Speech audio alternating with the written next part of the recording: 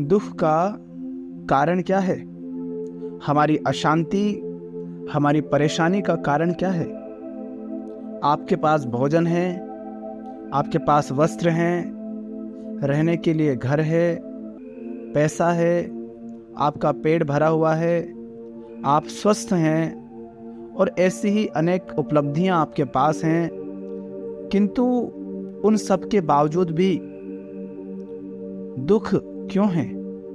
चाहे कोई गरीब हो या अमीर हो, चाहे कोई अनपढ़ हो या पढ़ा लिखा, दुख से अछूता कोई नहीं।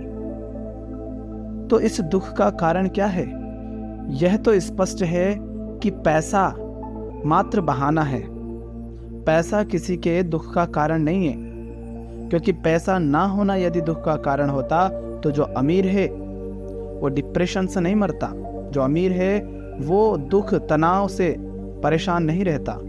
गाड़ी घोड़ा बंगला जमीन जायदाद पद प्रतिष्ठा पैसा कुछ भी आपके दुख का कारण नहीं है, क्योंकि यह सब दुख का कारण यदि होते तो जिसके पास ये सब कुछ है वो कभी सुसाइड नहीं करता।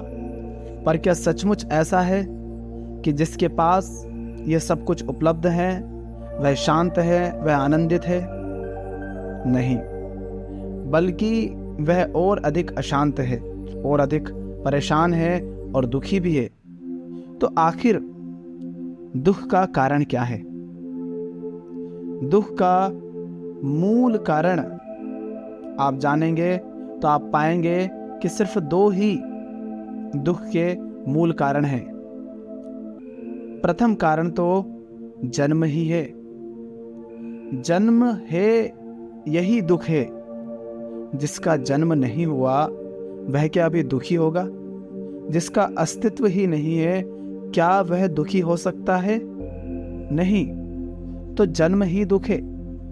किंतु जन्म के बाद भी आप दुख से मुक्त हो सकते हैं, आप दुख से ऊपर उठ सकते हैं, किंतु उठते नहीं। उसका कारण है अज्ञान। तो दुख के दो ही कारण हैं, एक तो जन्म और दूसरा अज्ञान। हमारी नासमझी ही हमारे दुख का कारण है।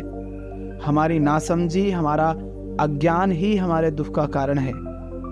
बाकी जितनी भी समस्याएं हैं वह सब मात्र मुखौटा हैं, वह सब मात्र बहाने हैं। और इसका प्रमाण यह है कि जिनके जीवन में वह समस्या नहीं है जिससे आप परेशान या दुखी हैं, जाकर देखिए उनके जीवन में कोई और समस्या है जिसके कारण वो परेशान या दुखी हैं। तो हर व्यक्ति अलग अलग समस्याओं से पीड़ित है, किंतु ये सब बहाने हैं, क्योंकि आपको कुछ ना कुछ चाहिए खुद को दिलासा दिलाने के लिए कि देखो हम इस कमी के कारण अशांत हैं, परेशान हैं, दुखी हैं। किंतु दुख का मूल कारण तो हमारी नासमझी ही है। और नासमझी, इसका तात्पर्य उस साधारण नासमझी से नहीं है जिसे आप नासमझी कहते हैं। समझदारी की बात यहाँ उस समझदारी की नहीं है जिसे आप समझदारी कहते हैं। यहाँ समझदारी से तात्पर्य है प्रज्ञा। प्रज्ञा का अभाव, समझदारी का अभाव, ज्ञान का अभाव ही दुख है। और ये समझदारी, ये जो समझ है, ये जो इंटेलिजेंस है, ये जो प्रज्ञा है, इसका आविर्भाव केवल तब ही हो सकता है जब मन पूर्णतः शांत हो। क्योंकि मन का शांत हो जाना ही ध्यान है, और ध्यान से ही प्रज्ञा का आविर्भाव होता है। जब व्यक्ति का मन शांत होता है तब वह समझ, वह प्रज्ञा प्रस्फुटित होती है जो उस व्यक्ति को पूर्ण रूप से बदल डालती है। उसका प्रभाव उसके जीवन पर दिखाई देता है। उसकी सोच, उसके विचार, उसकी चाल ढाल, उसके रहने का तरीका, उसका व्यवहार, उसका पूरा जीवन बदल जाता है। उसके जीवन की दिशा और दशा सब बदल जाती हैं। और प्रज्ञा का आविर्भाव ही दुख का अंत है। दुख का कारण है हमारी नासमझी, हमारा अज्ञान। किस बात का ज्ञान? किस बात के प्रति नासमझी?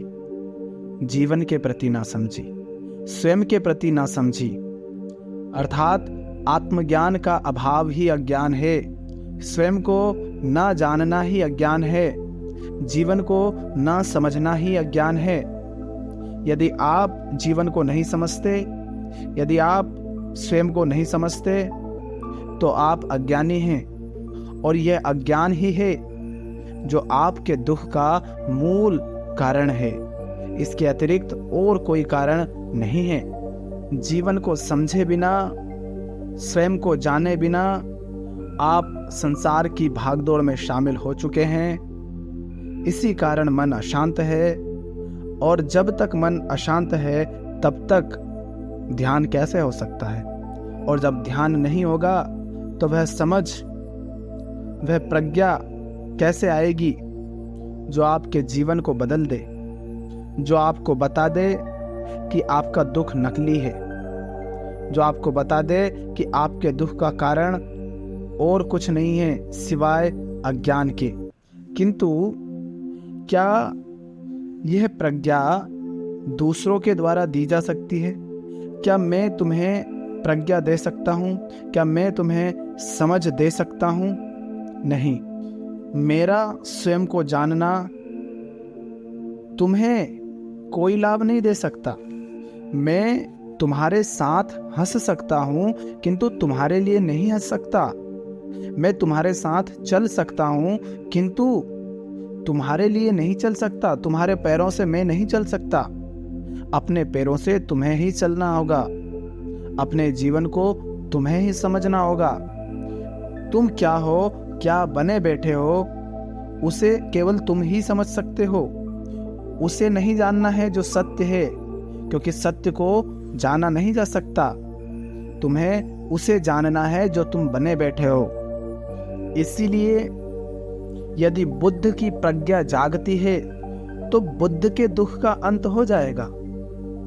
किंतु बुद्ध के दुख का अंत हो जाने से सारे संसार के दुख का अंत नहीं होगा। बुद्ध ने जाना तो उन्होंने पाया, बुद्ध ने जाना तो दुख से वो मुक्त हुए। आप जानेंगे तो आप मुक्त होंगे। उनका जानना आपका जानना नहीं हो सकता। तो बुद्ध की समझ यदि जागती है, प्रज्ञा का आविर्भाव यदि होता है, बुद्ध यदि स्वयं को जानते हैं तो उनके दुख का अंत हो जाएगा। किंतु इसका अर्थ ये बिल्कुल नहीं है कि आपका भी दुख मिट जाएगा। केवल आपकी समझ ही, आपका ज्ञान ही आपके दुख का अंत कर सकता है। समझ वह, प्रज्ञा वह जिसका रूपांतरण नहीं होता, किंतु जिसकी प्रज्ञा जाग जाती है उसका रूपांतरण हो जाता है। जो रूपांतरित नहीं होती किंतु रूपांतरण कर देती है। और वह सिर्फ दुख का अंत ही नहीं करती, बल्कि वह समझ तो व्यक्ति का रूपांतरण कर देती है। इस तरह से वह तुम्हें बदल देती है कि तुम सबके लिए एकदम भिन्न हो जाते हो।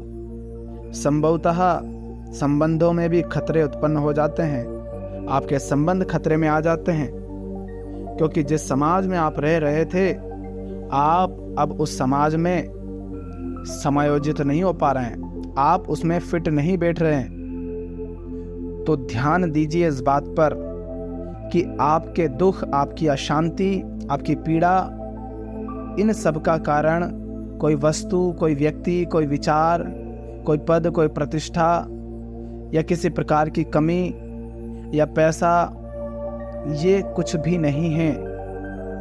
और इसका प्रमाण यही है कि जिसके पास ये सब कुछ है उसके पास कोई और बहाना है। हर व्यक्ति के पास अपने अपने बहाने हैं, किंतु आपको ये समझना होगा कि आपके दुख का, आपकी पीड़ा का, आपकी अशांति का कारण जीवन के प्रति और स्वयं के प्रति आपका ज्ञान ही है। इसके अतिरिक्त और कोई कारण दुख का नहीं है। यही है जो आपके मन को अशांत करता है, और यही है जिसके कारण मन अशांत रहता है और वह अपने स्वभाव से अर्थात ध्यान से दूर हो जाता है। और जो मन अशांत है, ऐसे मन में समझ कैसे हो सकती है? समझ तो वह पौधा है जो शांत मन में अंकुरित होता है, फिर उसकी छाया में जीवन खिलता है।